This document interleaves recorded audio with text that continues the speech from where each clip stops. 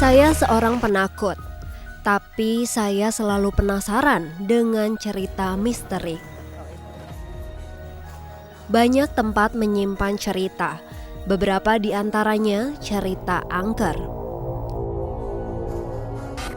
Benarkah arwah gentayangan menghantui manusia? Apa sebenarnya yang terjadi? Saya, Maharani Asmara Dewi, mencari jawabannya.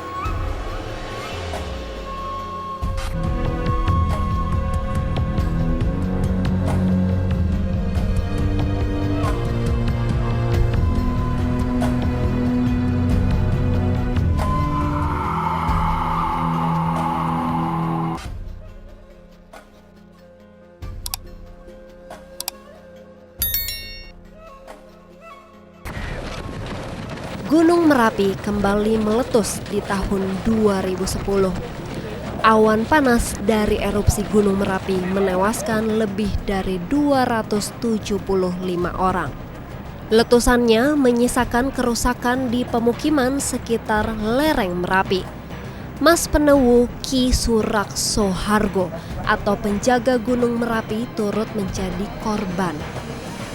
Mbah Marijan ditemukan tewas di dalam rumahnya. Pada tahun 2006, Mbah Marijan pernah menolak perintah dari Sultan untuk mengungsi dari tempat tinggalnya di desa Kinah Rejo, Cangkringan. Lalu, mengapa Mbah Marijan enggan menyelamatkan diri bersama-sama dengan pengungsi lain? Saya dan Jane mendatangi tempat Mbah Marijan terakhir ditemukan.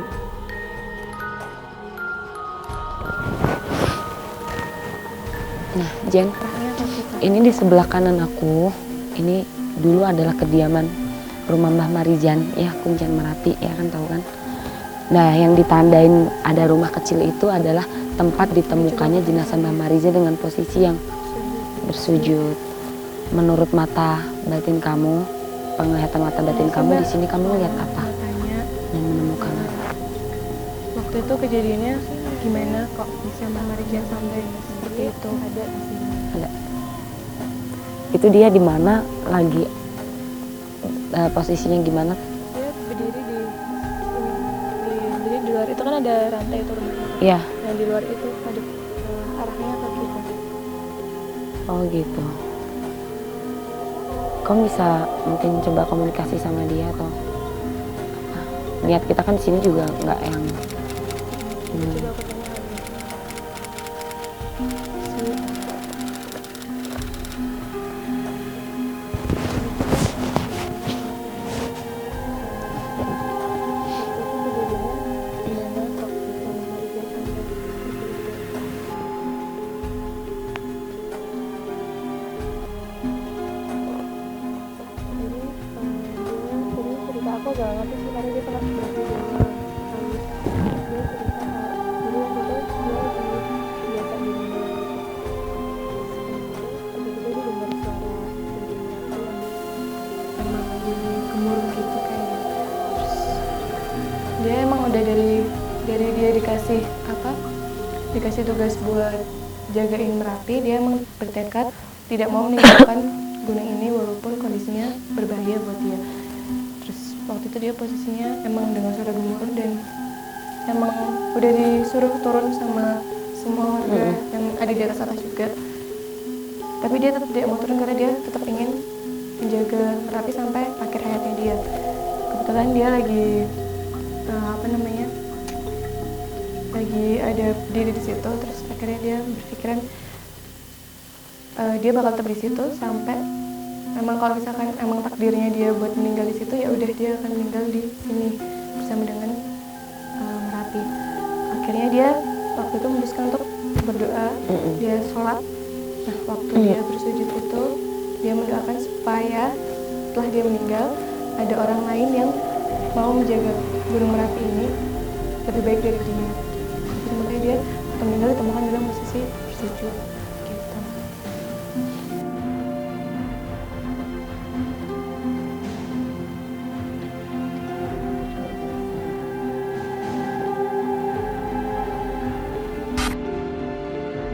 Selain Mbah Marijan, peristiwa letusan Merapi tahun 2010 juga menewaskan Yuniawan Nugroho, redaktur vivanews.com. Jasad Yuniawan ditemukan tewas di dekat rumah Mbah Marijan di Desa Kinah Rejo, Sleman, Yogyakarta. Sesaat sebelum kejadian, Vivanews kehilangan kontak dengan Yuniawan. Pukul 5:02 sore, kontak terakhir Yuniawan dengan seorang temannya, terdengar suara Yuniawan yang menyebutkan akan adanya api.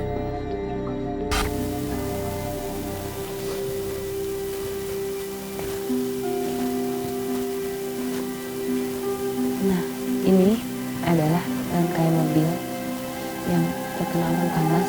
Ini mobil EPV ya, ini kalau nggak salah milik Biarawan. Ini membantu mengevakuasi warga yang masih tertinggal di sini. Terutama pada saat itu sepertinya mau membantu Mbah Marijan turun.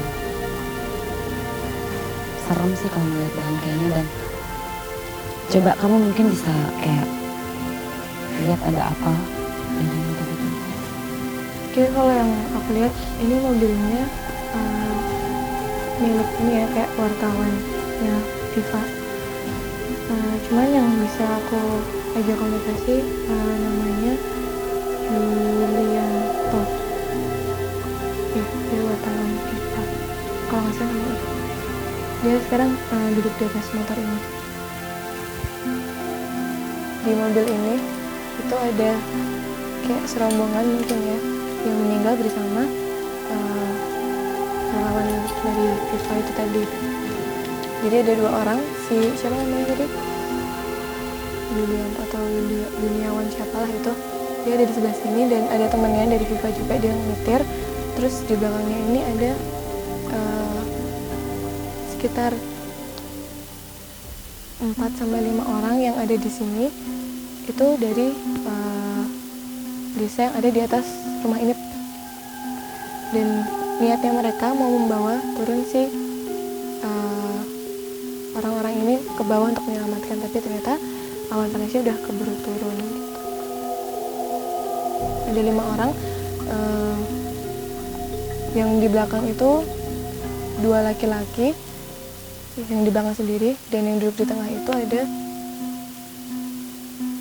1 ibu-ibu, terus ada anaknya sekitar umur 15 tahunan, anaknya cowok, sama 1 lagi ada anak perempuan mungkin seumur aku kali gitu.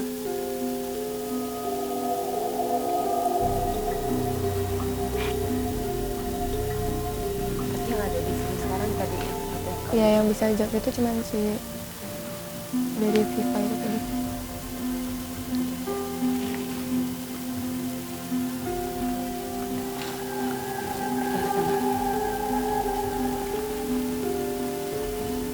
Untuk menghormati kesakralan Merapi, upacara Labuhan Merapi selalu digelar masyarakat dan Kesultanan Yogyakarta secara turun-temurun. Upacara Labuhan merupakan salah satu bentuk ritual Merapi tak lepas dari masyarakat Yogyakarta, yang merupakan doa persembahan kepada Tuhan atas rahmat dan anugerah yang telah diberikan.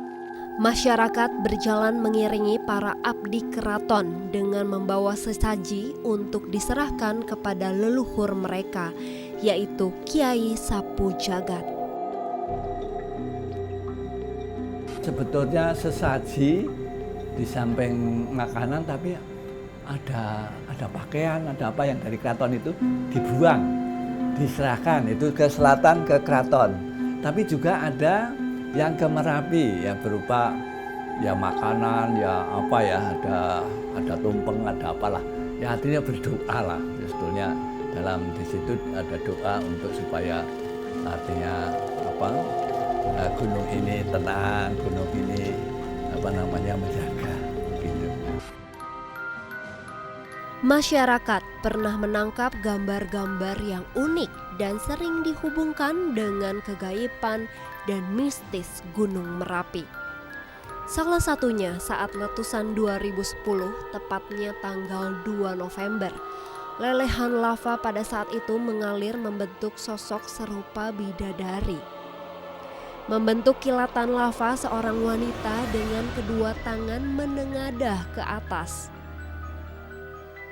Sehari sebelum Gunung Merapi meletus, tepatnya tanggal 26 Oktober, Suswanto, lelaki berusia 43 tahun, warga Dusun Sudimoro, Pucanganom, Magelang, mengabadikan awan berbentuk mirip sosok Petruk dalam cerita pewayangan di atas Gunung Merapi.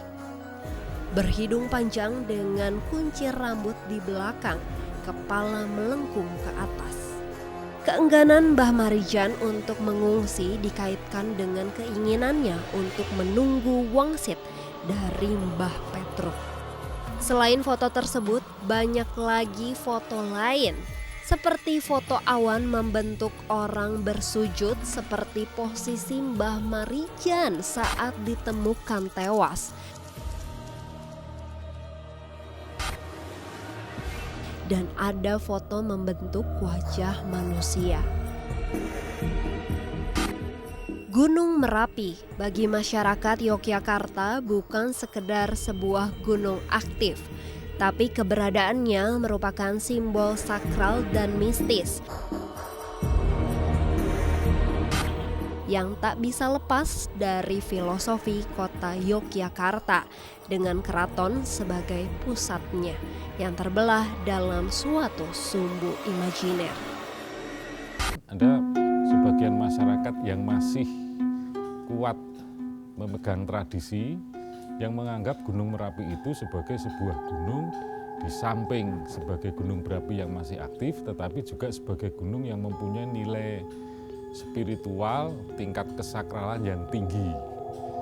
Nah, sebetulnya kalau ditanya siapa mereka, amat sangat sulit kemudian menggolongkan yang mana. Tapi itu akan kelihatan ketika Gunung Merapi itu